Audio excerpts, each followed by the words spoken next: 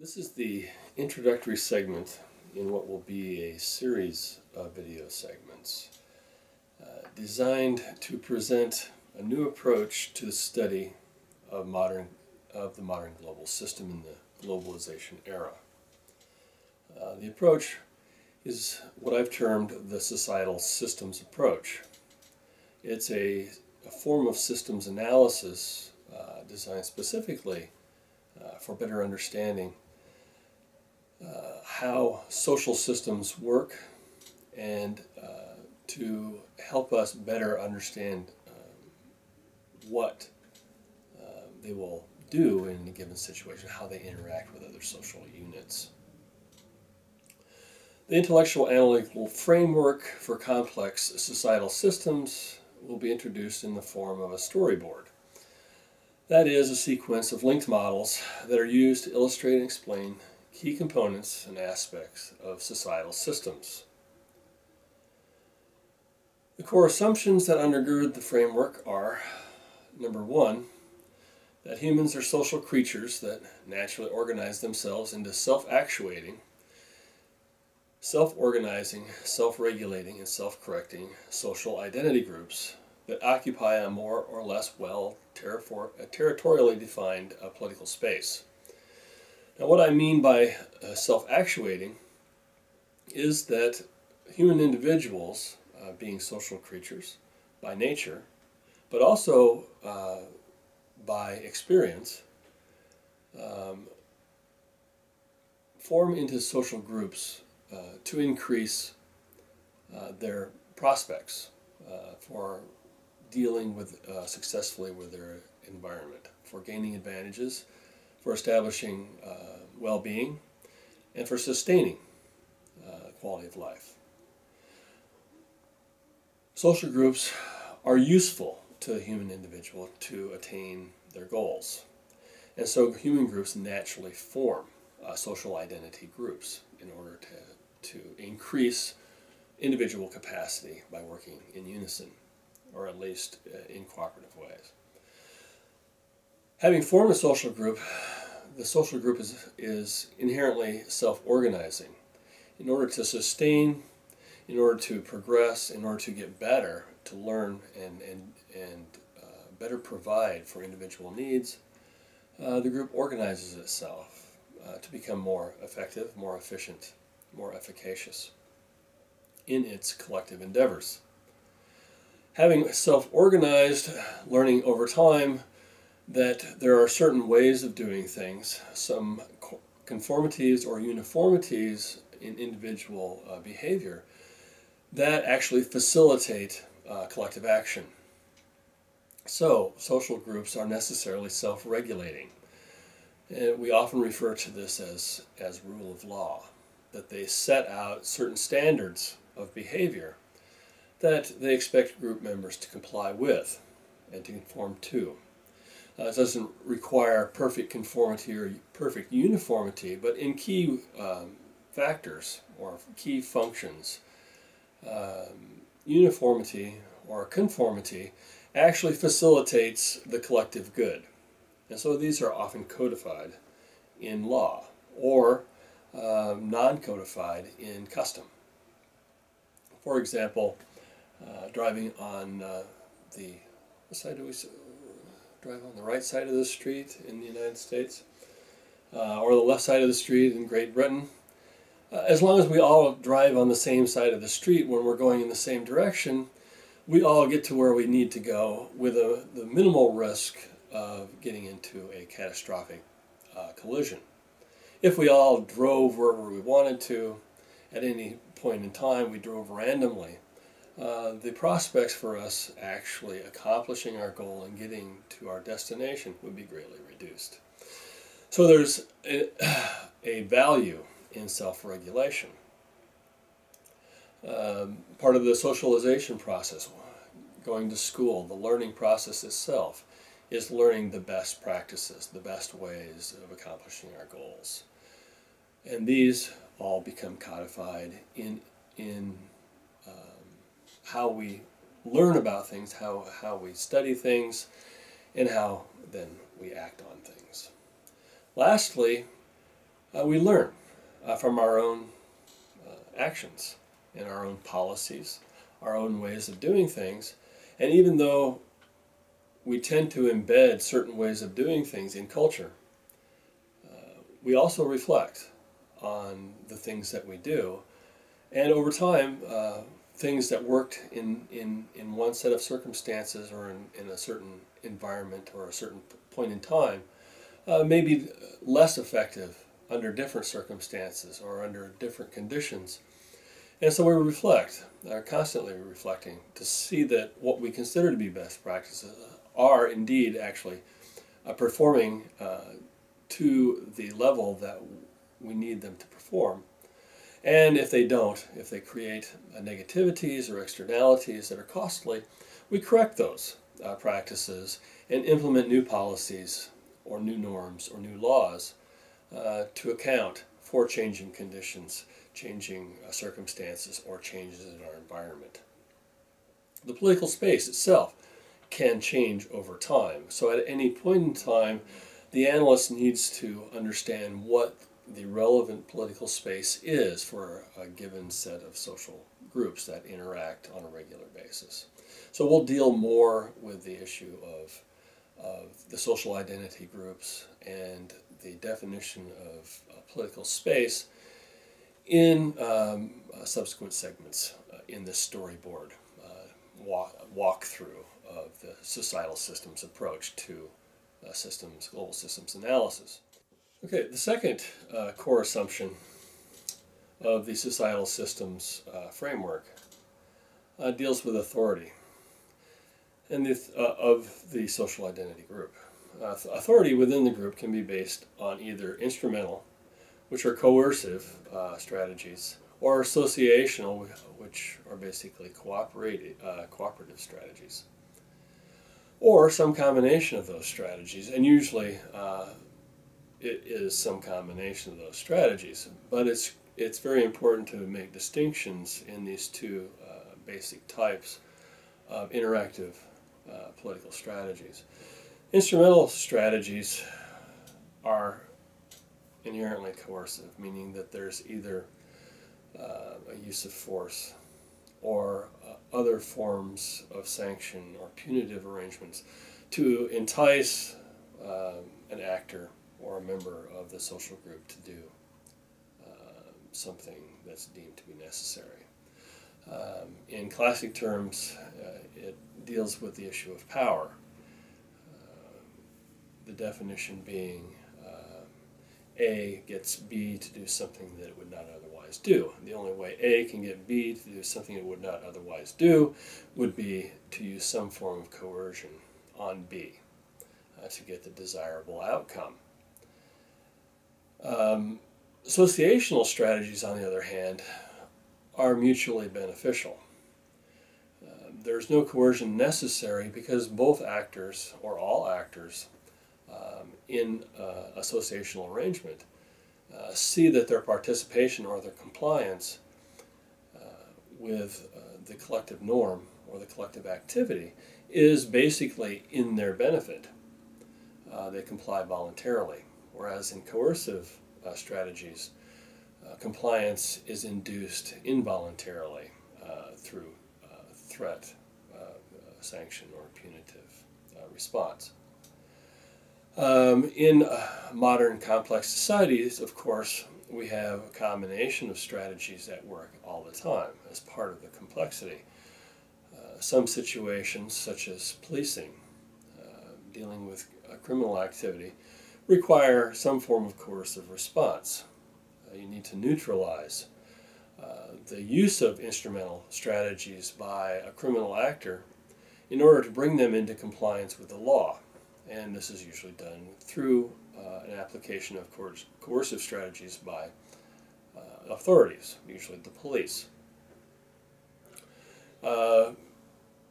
Economically, however, it's the associational strategies that are most economically productive and the most economically cost-effective. If you can get actors to act in compliance or cooperatively, voluntarily, then there's really no cost to the administrative or the management function. The only cost being the coordination necessary in order to make use of the cooperative strategy. This contrast between instrumental and associational strategies is the foundational assumption of the well-known Polity 4 now, and soon to be Polity 5, coding scheme for measuring the quality of governance in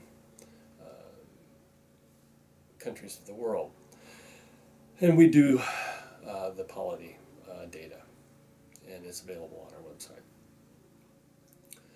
Thirdly then, the third core assumption that undergirds this framework is that individual humans occupying a particular political space will form linkages, networks, social networks, with other individuals, and may adopt multiple group identities and shift their loyalty or investment in those groups as a rational function of the group's perceived value to their personal interests.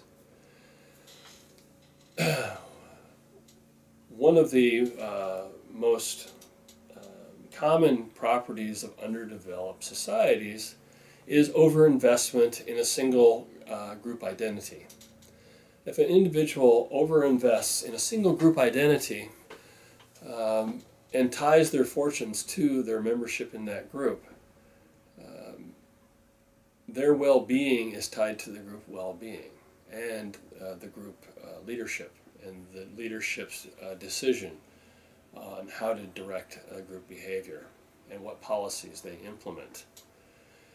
If individual has multiple group associations, it gives them leverage in order to choose that group that best represents their interests, that gives them the best benefit from membership, and they will tend to invest their loyalty in the group that performs best according to their needs. In complex societies, part of the resilience and the stability of those systems is the ability of individuals not only to have multiple group memberships, but multiple associations amongst group members and social groups, so that not only can develop multiple skills, but multiple viewpoints and access to individuals with specialized skills and specialized knowledge. So this is where we're working to in the development process, and the development process will be discussed in more detail later in this sequence of videos.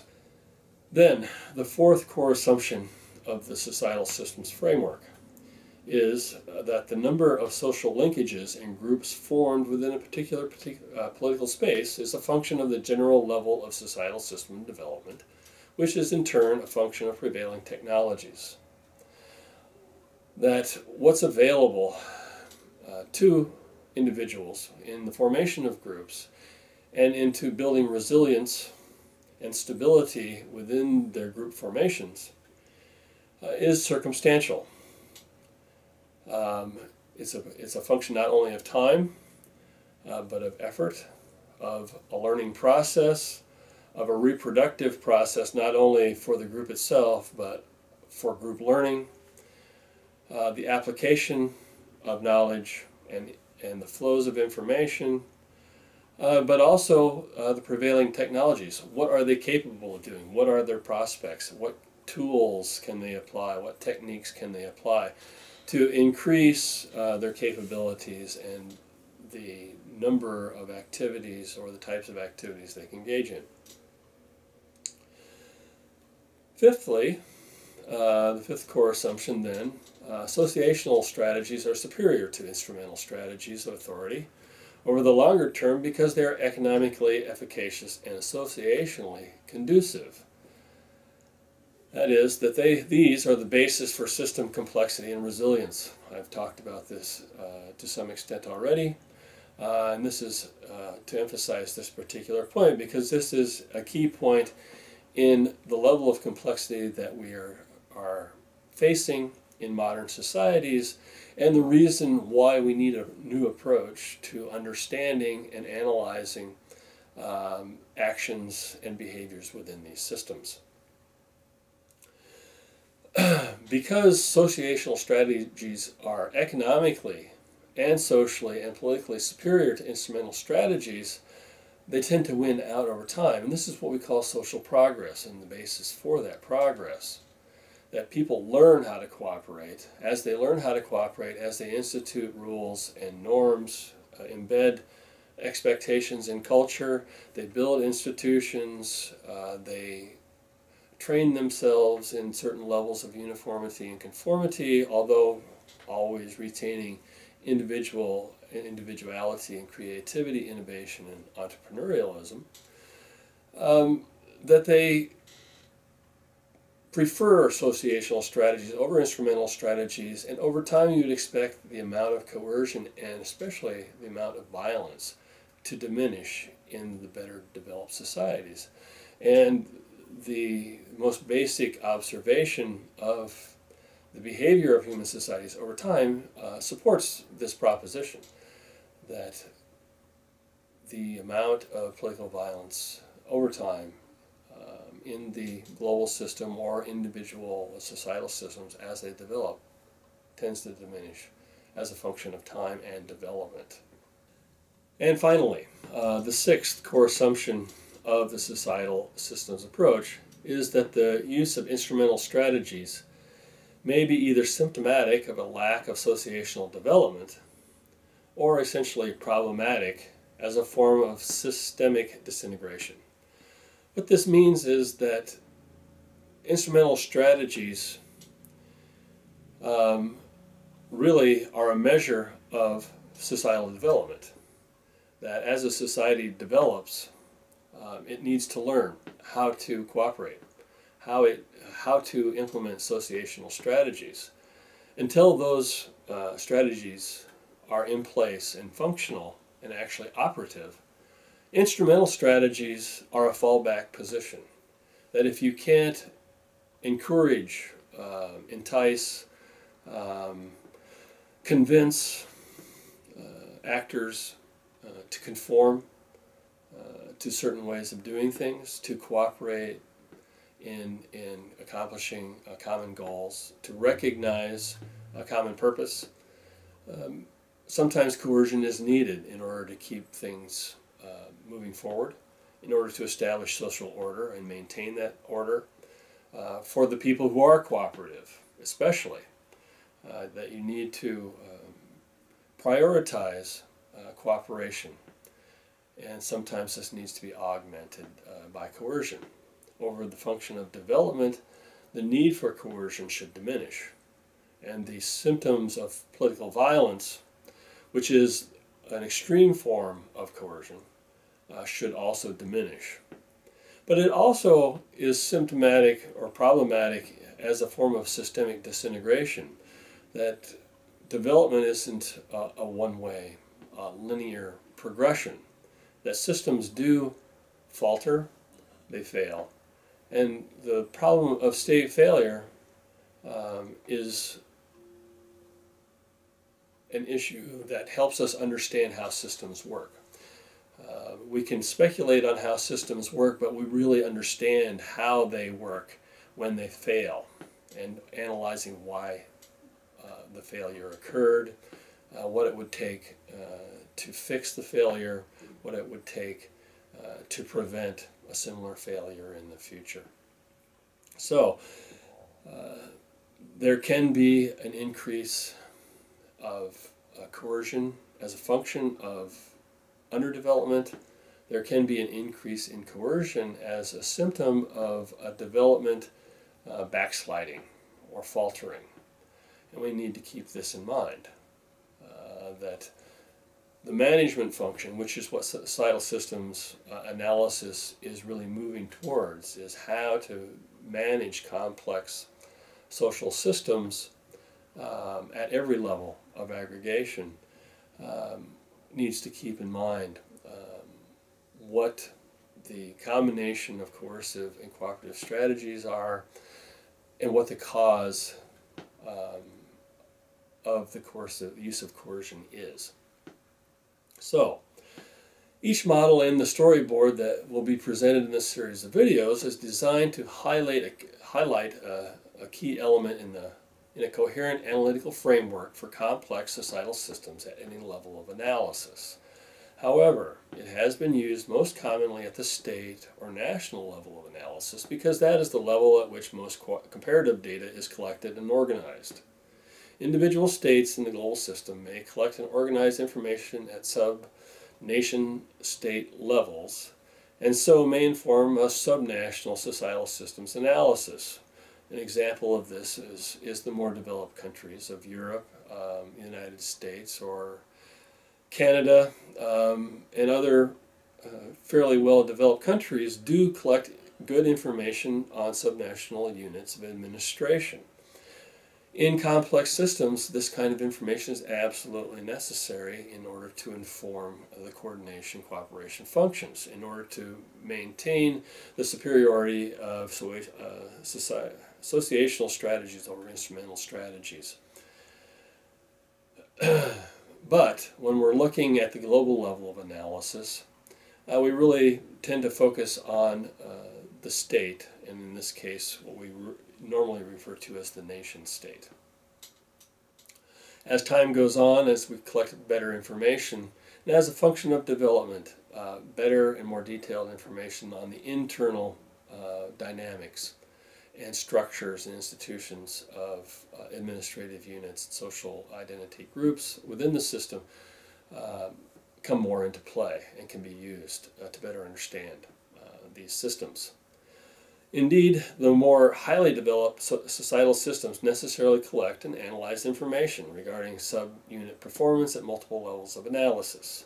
This is a necessary corollary to both complexity and resilience, and that is the capability to manage, maintain, and sustain systemic complexity. Democratic governance is based on associational strategies and is an evolutionary function of systemic complexity.